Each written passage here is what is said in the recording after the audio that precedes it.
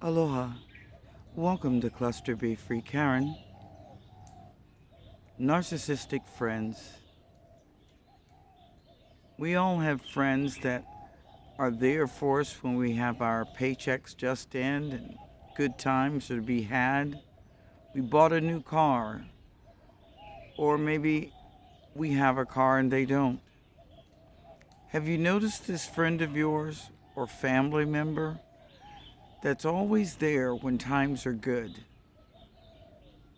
They're there to help you spend your paycheck. They're there when you get an award from work and have a party and a raise.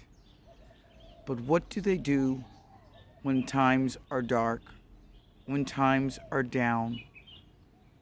A good friend who cares about you isn't going to just stand there and watch you blow your marriage or blow your relationship. If they care about you at all, yes, they've got your back. But do they stop to say to you, hey, are you sure about this? Do you really want to break his heart like that? Bud, do you really want to hurt your woman like that? Do you really want to hurt your wife like that?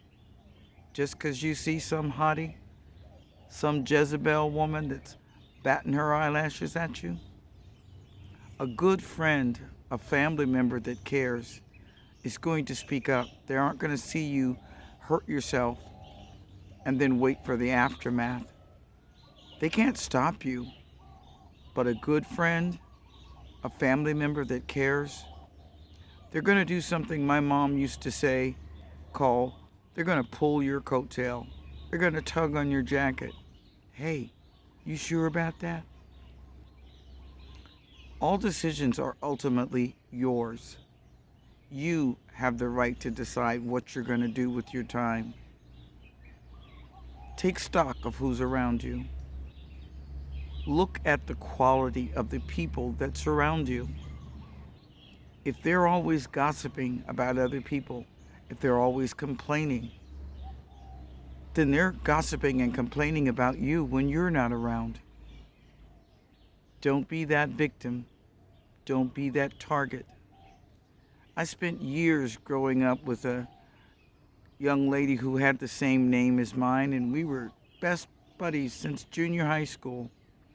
I defended her, whether it was a physical fight or verbal conversation. She would tell me when someone had picked on her or made fun of her and hurt her or attacked her. I would defend her. This was my best buddy. We were in the same classes together. We used to go to the library together. I defended this young lady from junior high school to high school.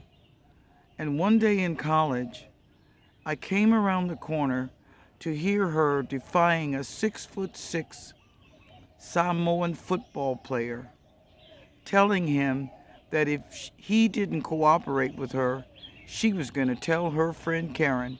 She was going to tell her friend Karen that he tried to molest her. He tried to hurt her.